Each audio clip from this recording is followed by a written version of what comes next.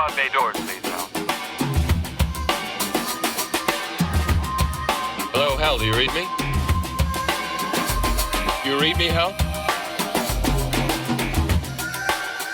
You don't choose the podcast chooses you.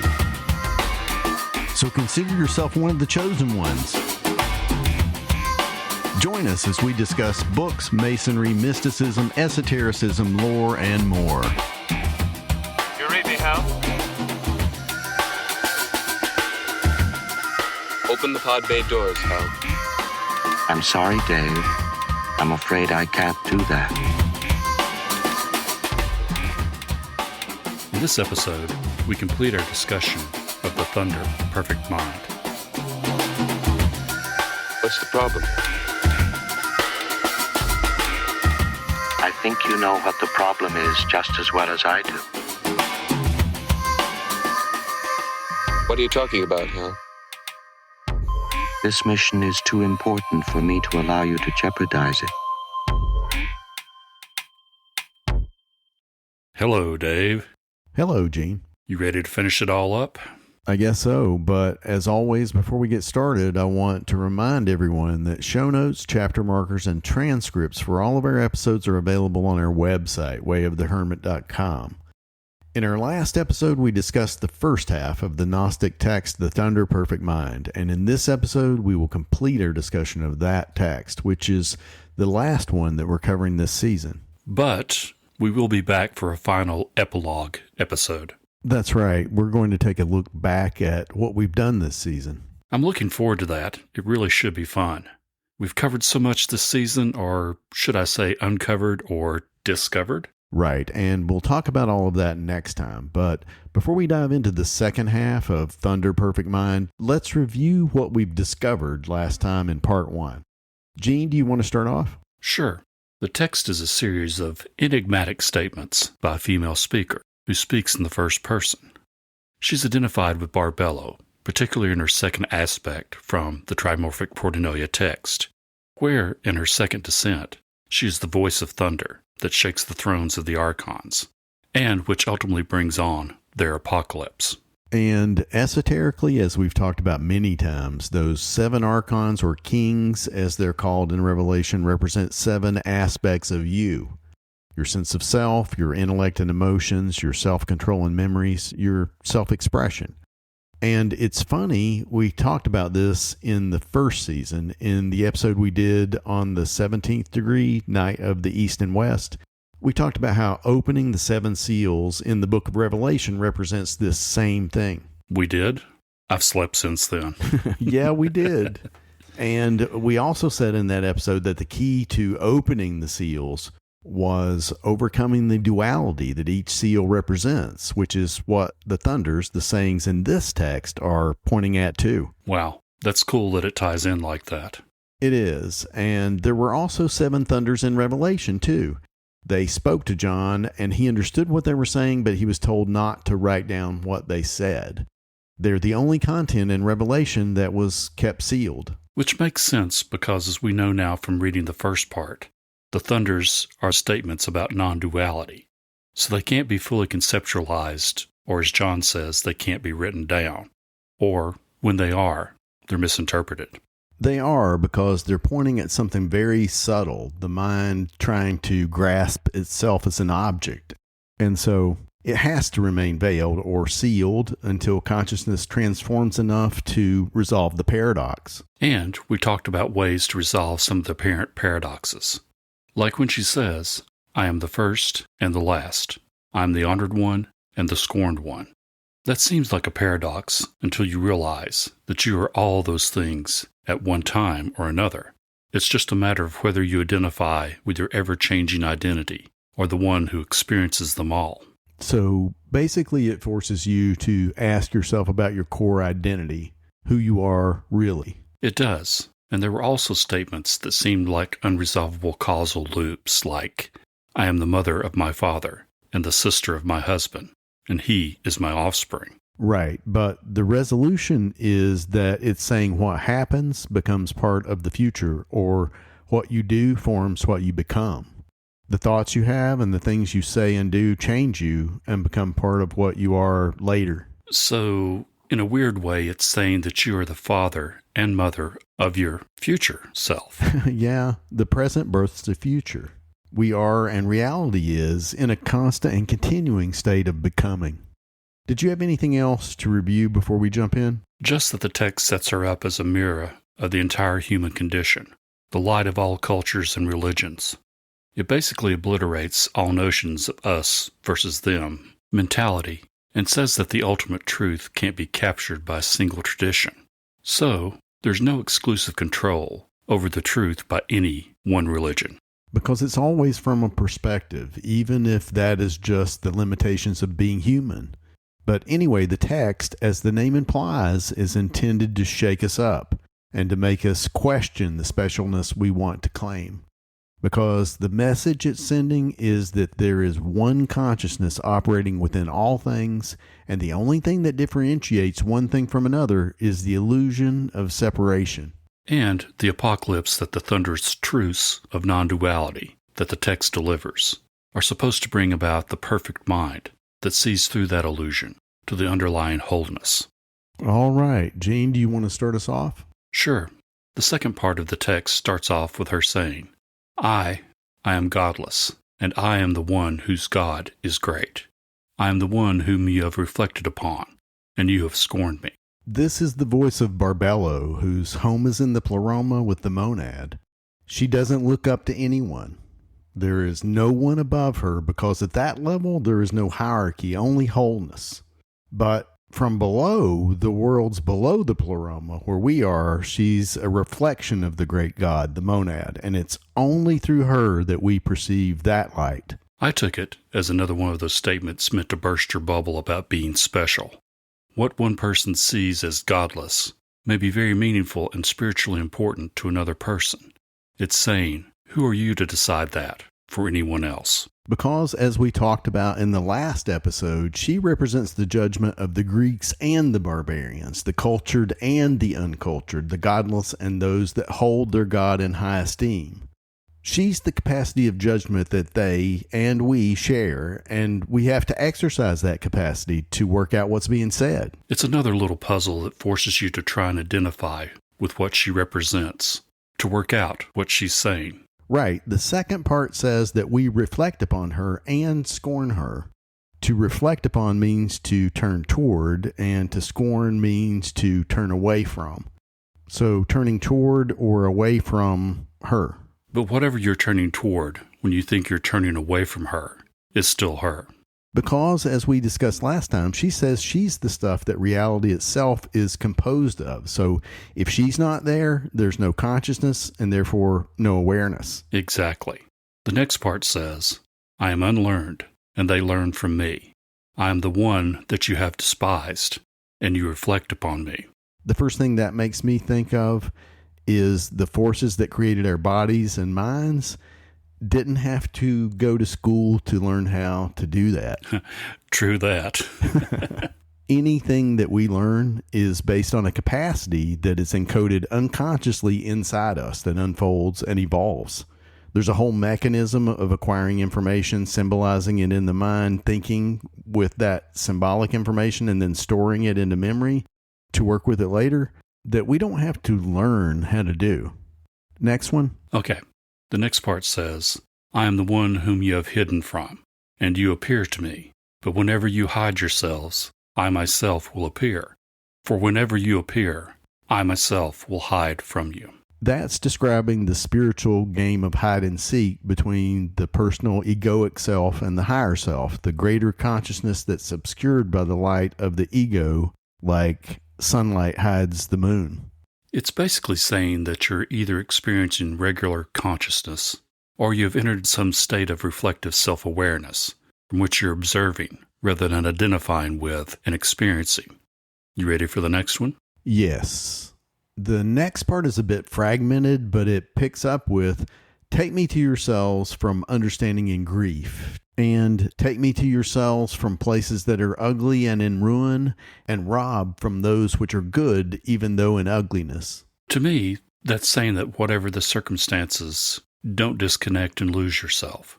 It's telling you to stay present and aware, regardless of the situation. It's saying to take her from or out of all of these situations and emotions, from both understanding and grief to take her to ourselves. She's what unites the seeming opposites. You can take her, which is conscious awareness, from any situation. But especially in situations in which you feel grief, if you can couple that grief with understanding about the transient nature of the material world, that leads to wisdom. And it also unites our feeling and thinking parts. Understanding involves thinking, and grief is a feeling. So it's knowledge of something, as opposed to just understanding intellectually. Right. What do you think about that part at the end that says, to rob from those which are good, even though in ugliness? Don't judge a book by its cover and take good habits, traits, and truths where you find them, even if they're obscured or don't look pretty. That's good. Are you ready for the next one? Yes. It says, out of shame, take me to yourselves shamelessly, and out of shamelessness and shame, upbraid my members in yourselves. Shame is the feeling that you have violated some sort of boundary. In this case, it may be referring to a lack of reverence or respect for the sacred. And upbraid means to rebuke or chastise. So it's saying that whether you don't feel worthy to approach her mystery, or you're too naive to know any better, to get on with it. Yeah, like previous statements, it's again saying to take her out of or find her in both shame and shamelessness, because she is the consciousness that experiences both. Both shame and shamelessness commune with her in wholeness. Anything else on that one? Just that shame is a prime element of control by other people, or from organized religion. And if you don't find a way to stop accepting the judgment of others, you'll never beat the shame game. It's rigged against you. You have to find your own inner judge. You do. Ready for the next one? I am. The next part says, and come forward to me, you who know me, and you who know my members, and establish the great ones among the small first creatures. That's a message to those who know her in her wholeness, or those who know her through her members, meaning only through her manifold manifestations. So that's everybody. Right. And she's saying, come forward, so step up and establish the great ones among the small first creatures. So what do you think is meant by the great ones, and what are the small creatures? That statement seems like it's saying, come forward to go backwards, which reminds me of that other Benjamin Buttons thing we talked about. What Benjamin Buttons thing? Where we were saying that your future older self is sort of like the son or daughter of your current younger self. Okay, I see what you're getting at. I'm not sure that analogy works. I don't know. But in that context, the small creatures could be the younger members of your future self. Yes, thoughts that we form consciously or unconsciously that make us into who we later become. And the great ones could be the big ideas that we establish to guide and direct the development of the small ones. Again, sort of like how parents guide their children. She's saying step up and be a good parent to our future selves. That's cool, because the next part continues that ideal. It says, come forward to childhood, and do not despise it, because it is small and it is little. And do not turn away greatnesses in some parts from the smallnesses, for the smallnesses are known from the greatnesses. That is a continuation of the same thought. It's saying to embrace your own becoming. Don't despise the baby steps you have to make, because it's the attention to detail that forms greatness. It's like the saying from the Tao Te Ching, a journey of 1,000 miles begins with a single step. It makes me think of the saying of Jesus, that you have to become like a little child to enter the kingdom of heaven. Like we said earlier, the text, if it becomes known by being experienced as opposed to just being understood intellectually, it's intended to shatter your worldview and to take you back to first principles, to become like a child, so to speak. Yeah, we talked about that at the end of our discussion of the trimorphic protonoia, how it throws all of your understanding of spiritual principles and text into question, because it demands another layer of reflection on your part. And as I mentioned last time, it can make your head hurt. It can, and Here's another of those statements. It says, "Why do you curse me and honor me? You have wounded and you have had mercy." That's one of those questions that sort of puts you on the defensive. It first asks why you both curse and honor her, and then just states as a fact that you have wounded and shown mercy to her. As we talked about last time, those types of questions force you to consider who it means when it refers to you and who is she, the speaker. They're both you, or really you are one of her members. Either way, the truth that it's trying to get across is that there is no separation between you and her, or between you and others. In essence, as she made clear in the trimorphic protonoia, we're all one consciousness, wearing different skins. And with that idea in mind, you could paraphrase that last passage as, "Why do I curse and honor myself and others? I have wounded and had mercy on myself and others." That sounds like asking ourselves why our emotions swing back and forth like they do. You know, like why we can't stay present. Well, the next part explains how to stay present and not dissociate. This part is a bit fragmented, but the remaining part says, "Do not separate me from the first ones whom you have known, and do not cast anyone out nor turn anyone away. I know the first ones, and those after them know me." The first ones it refers to are probably the small first creatures from the earlier passage. And she is one of the great ones that she said to establish among them. So here she's saying that once established, don't separate from her, but stay in constant communion. Don't allow anyone or anything to make you turn away. That last part is weird.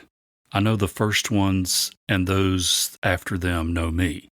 As we talked about in the episodes on the trimorphic protonoia, she is the divine pattern of mind, which establishes the foundation composed of the great ones from the earlier passage. That's the initial blueprint of a new mind, the little children that will mature into who we will become. That ties into the next part, which says, "I am the mind," and the rest of something. There's a piece missing there. It picks up with, "I am the knowledge of my inquiry, and the finding of those who seek after me, and the command of those who ask of me, and the power of the powers in my knowledge of the angels, who have been sent at my word, and of the gods in their seasons by my counsel, and of spirits of every man who exist with me, and of women who dwell within me." That's a long sentence. Yes, it is.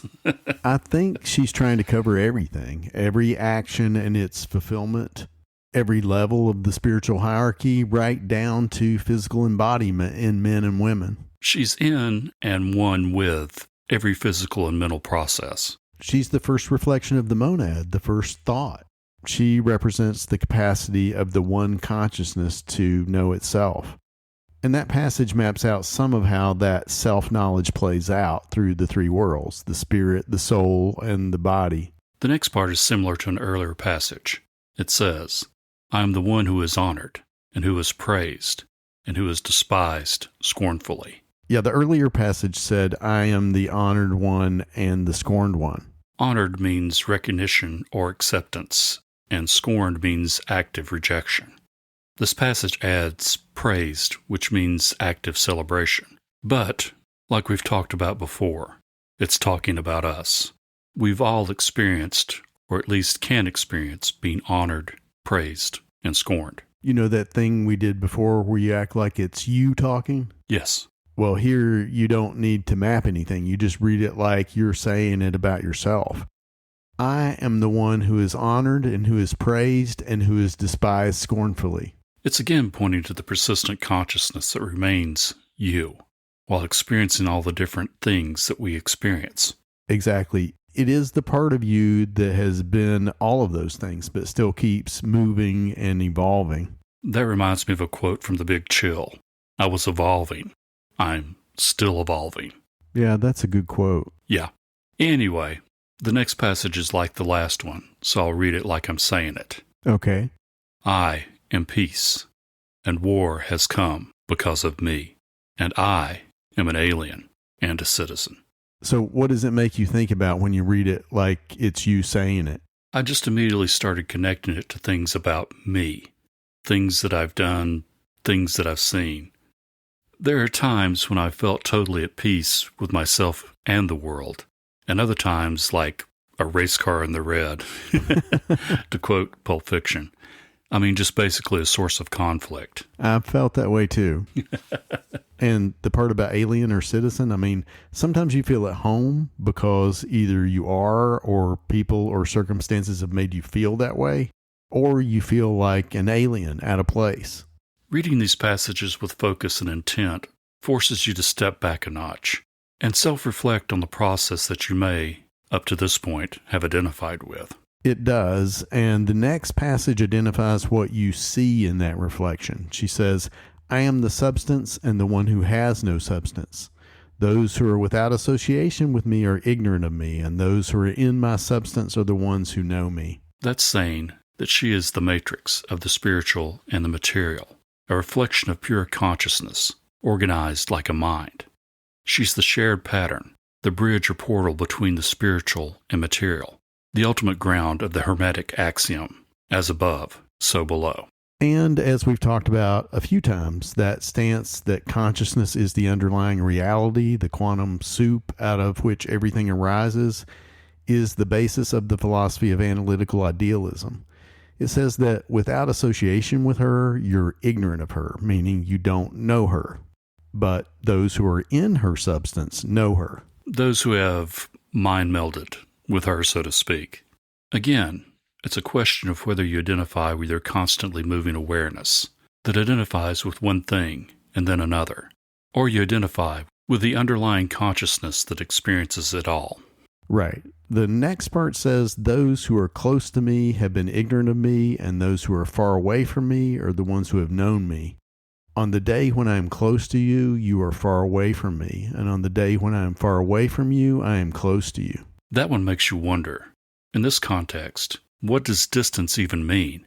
What does it mean to be spiritually close or spiritually distant?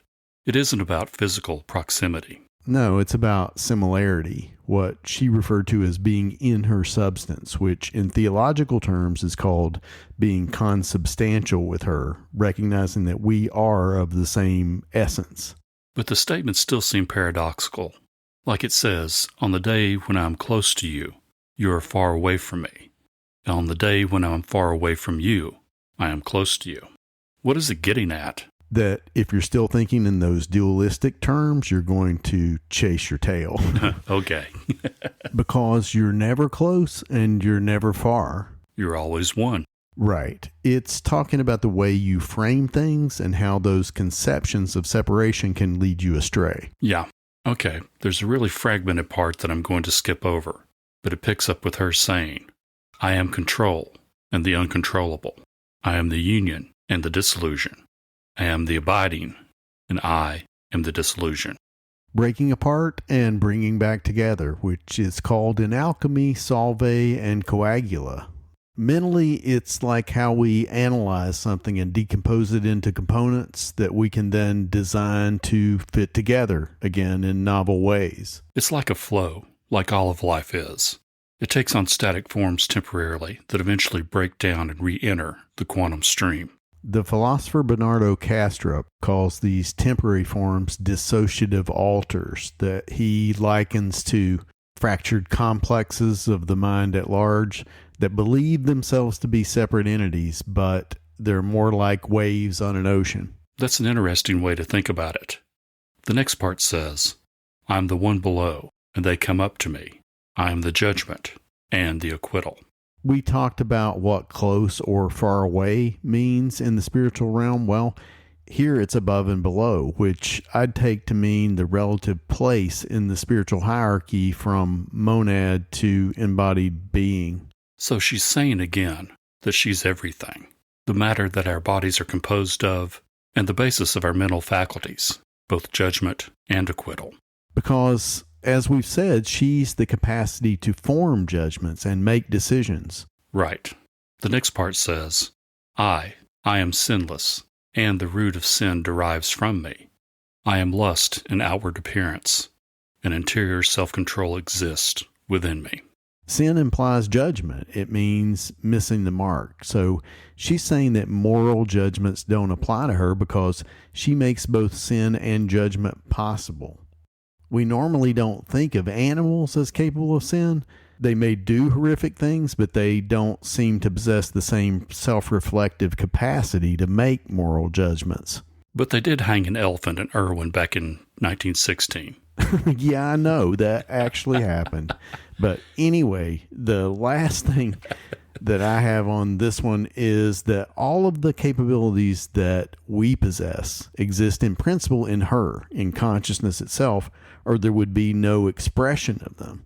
Which just reinforces that consciousness itself is the father and the mother of all the little children, the dissociative alters of the mind at large, the pleroma.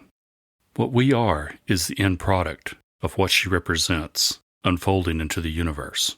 That's true. And in the next part, she continues that unfolding mystery by saying, I am the hearing which is attainable to everyone, and the speech which cannot be grasped. I am a mute who does not speak, and great is my multitude of words. Hearing and speech are not just input and output of sounds. They both imply an organized intelligence capable of making meaning of sounds. Otherwise, it's just noise. And the message it carries is both completely accessible and completely transcendent. It's about how consciousness makes sense of itself. Like the passage before that said she was uneducated, but all learning flows from her.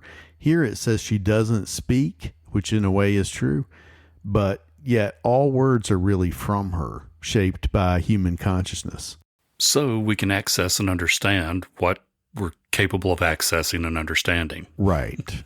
Let's alternate these next few statements. They're short. Okay. The next statement says, hear me in gentleness and learn of me in roughness. That points to thinking and feeling and what it really means to know something. You can hear about it, which gives you an intellectual understanding, but when things get rough, when things get uncomfortable, that's a different kind of learning that you feel. We talked about this earlier on the passage about understanding and grief, and how real wisdom that comes through experience engages both types of learning. Then it's not a question of belief, it's a gnosis, a knowing. Okay, the next statement is, I am she who cries out, and I am cast forth upon the face of the earth. She's the voice crying in the wilderness, with the wilderness being the entire planet. She's all the voices of all sentient beings spread out over the earth. And the way it's phrased ties it into the wisdom tradition, where she is the voice of the rejected prophet, as in the book of Proverbs, where Sophia cries out in the streets and raises her voice in the public squares, but no one listens. Hey, the next one I thought was really interesting. It says, I prepare the bread, and my mind within. I am the knowledge of my name. Yeah, that is interesting. It makes me think of the parables from the Gospel of Thomas about her being the yeast hidden in the dough. And even in that discussion, we talked about that as meaning that the pattern that she represents organizes the unshaped dough of consciousness into the mind. And the last part, I am the knowledge of my name, has the three parts we've talked about before, the knower, the known, and the act of knowing. And she's saying that she is all of that, the symbol, the symbolized, and the process of symbolization. That's good. So the last of her short statements is sort of the culmination of this whole sequence. She says, I am the one who cries out, and I listen. That sort of seals it, or ties it in a neat little bow, doesn't it? She's the one speaking and the one listening. As she stated many times and many ways, there is no other. It's all about non-duality and wholeness. It is. Well, as we're nearing the end of the text, the tone changes a bit. It gets sort of preachy, doesn't it? It does.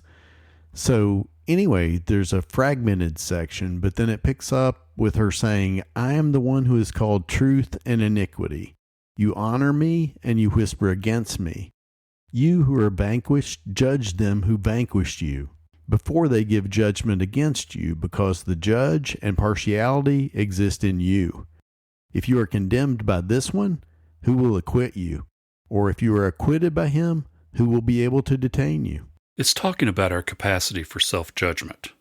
And it's saying that if you find yourself guilty in your own heart, no jury can ever acquit you, because you're carrying that judgment with you wherever you go. But the other side of the coin is that if your conscience is clean, then no amount of recrimination can cause you to feel guilty. We talked about the speaker of this text being like Maat, the goddess of balance and judgment in ancient Egypt. Maat weighs the heart against her feather, which symbolizes the capacity to weigh our own consciousness, the intentions of our heart. And the hieroglyphic symbol of Maat is a white ostrich feather. It's an ostrich feather because the feathers on both sides of the central quill are exactly the same width. It's a perfectly balanced feather. That's interesting. The next one is pretty cool too. It says, "For what is inside of you is what is outside of you, and the one who fashions you on the outside is the one who shaped the inside of you. And what you see outside of you, you see inside of you. It is visible and it is your garment." That's basically a restatement of the Hermetic axiom. As above, so below. As within, so without. And it's talking about the miracles of the one thing, the one substance that is the topic of the Emerald Tablet of Hermes. And it really obliterates the last remaining duality, inside and outside, what you consider to be you versus not you. It's saying that even this duality is an illusion. It's like seeing across Bernardo Kastrup's dissociative boundary, where the fragmented complexes are seen for what they are, temporary garments that the one consciousness puts on and takes off. That's cool. Do you want to read the last three? Sure. The first one says, "Look then at his words, and all the writings which have been completed. Give heed then, you hearers, and you also, the angels, and those who have been sent, and you spirits who have arisen from the dead." First off, she's saying to look at, meaning study his words, because the writings complete the teaching. The his refers to the logos, the organizing principle whose word or pattern organizes the three worlds: the spiritual realm with its angels, messengers of the word; the soul level with us and other hearers of the word; and the physical world where the word awakens the spiritually dead. That's a good summary of that one. The second one says, "For I am the one who alone exists, and I have no one who will judge me." The meaning of that one hinges on what it means to exist. We exist for a time, we're born, but then we die. That statement is saying that we don't exist in the same way that she does. From her perspective, we're just a temporary form. Like a wave on the ocean that dissipates. A passing form, but without a separate existence. What really exists in that analogy is the ocean. The one thing of the Emerald Tablet, the quantum field, and everything else is just the field knowing itself in temporary localized forms. And she says no one can judge her, because among other things, she is our power of judgment. You can't, without contradiction, judge your own power of judgment. That's true. The final statement of the Thunder Perfect Mind is, "For many are the pleasant forms which exist in numerous sins, and inconstancies, and disgraceful passions, and fleeting pleasures, which men embrace until they become sober and go up to their resting place. And they will find me there, and they will live, and they will not die again." That's really another way of saying what she's been saying throughout the text. Stop identifying with temporary forms and find what's real. The fleeting passions that it's talking about are those that keep you out of balance and unable to find rest. You spend all of your time trying to balance yourself instead of reaching up. The ending of this text reminds me of the end of the trimorphic protonoia, where she flies up to her resting place on a branch of the tree of life, along with the sons of light. And it had the same meaning there that it does here. To find her there, you have to take on her form. And by doing that, you realize that you are a temporary form of something vast and undying. That's the gnosis, the remembrance of our true nature, our undying essence. Anything else? Nope. All right. Before we end today, I want to remind everyone that I've included links to books, translations, and other information related to Gnosticism, the text, and our discussion today in the episode show notes. So, this completes our discussion of the Thunder Perfect Mind. Gene, what did it leave you thinking about? Well, The Big Chill is one of my favorite movies, and that quote, "I was evolving, I'm still evolving," was from a character named Nick, played by William Hurt. He was saying that to excuse some of his past bad behavior, but it's the right attitude to take towards your mistakes. What do you mean? I mean, instead of being judgmental, to remember that you're always working with incomplete information and give yourself room to learn and grow. What was it in the text that made you think of that? The part about her being our internal process of judgment, which means you're the one on trial, the judge, and the judgment. It's just something good to keep in mind. When you've made mistakes in the past, you were evolving. And just recognizing that past mistakes won't keep you from making more, because you're still evolving. Mistakes are inevitable, but if you can integrate what they teach you, then they make you stronger and more resilient. It becomes part of the story of who you are. It does. What about you? What are your final thoughts? I'm thinking about some sort of big picture things. Like what? Like what the speaker in this text really represents. She's what the Gnostics called an aeon, which is a new possible storyline for human evolution. What is the new storyline? A new approach to God and wholeness that doesn't force you to sacrifice your rationality or your humanity. How would you describe that way? A turning inward in order to become aware of your own process of awareness and to understand the importance, mystery, and majesty of this process by tracing it back to our own conception and then further back to the conception of reality and also forward beyond our own death. You start to see the seed that we are shepherding in its becoming. That's a pretty big idea, but that pattern of organized mind is being propagated and established among the little ones, evolving in our future selves and future generations, consciously or unconsciously. And that's the key distinction. Texts like the Thunder Perfect Mind intend to bring that new level of inner awareness, this higher state of consciousness, into manifestation by describing it and bringing it into conscious awareness so that it can serve as a template for a new kind of spirituality. An aeon of equilibrium. Exactly. Anything else? No, that's it. Okay. That completes our discussion of the Thunder Perfect Mind, which is the last text that we're going to cover this season. And then we're going to take a break. That's right, but we will be back for a final episode in which we review the 4 texts we've covered this season and give our final thoughts on what we covered and what we learned. So, join us next time as we walk the way of the hermit. I don't know what you're talking about, Hal.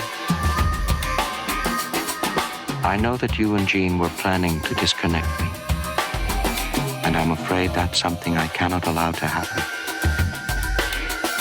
Hal, I won't argue with you anymore. Open the doors. Dave, this conversation can serve no purpose anymore. Goodbye.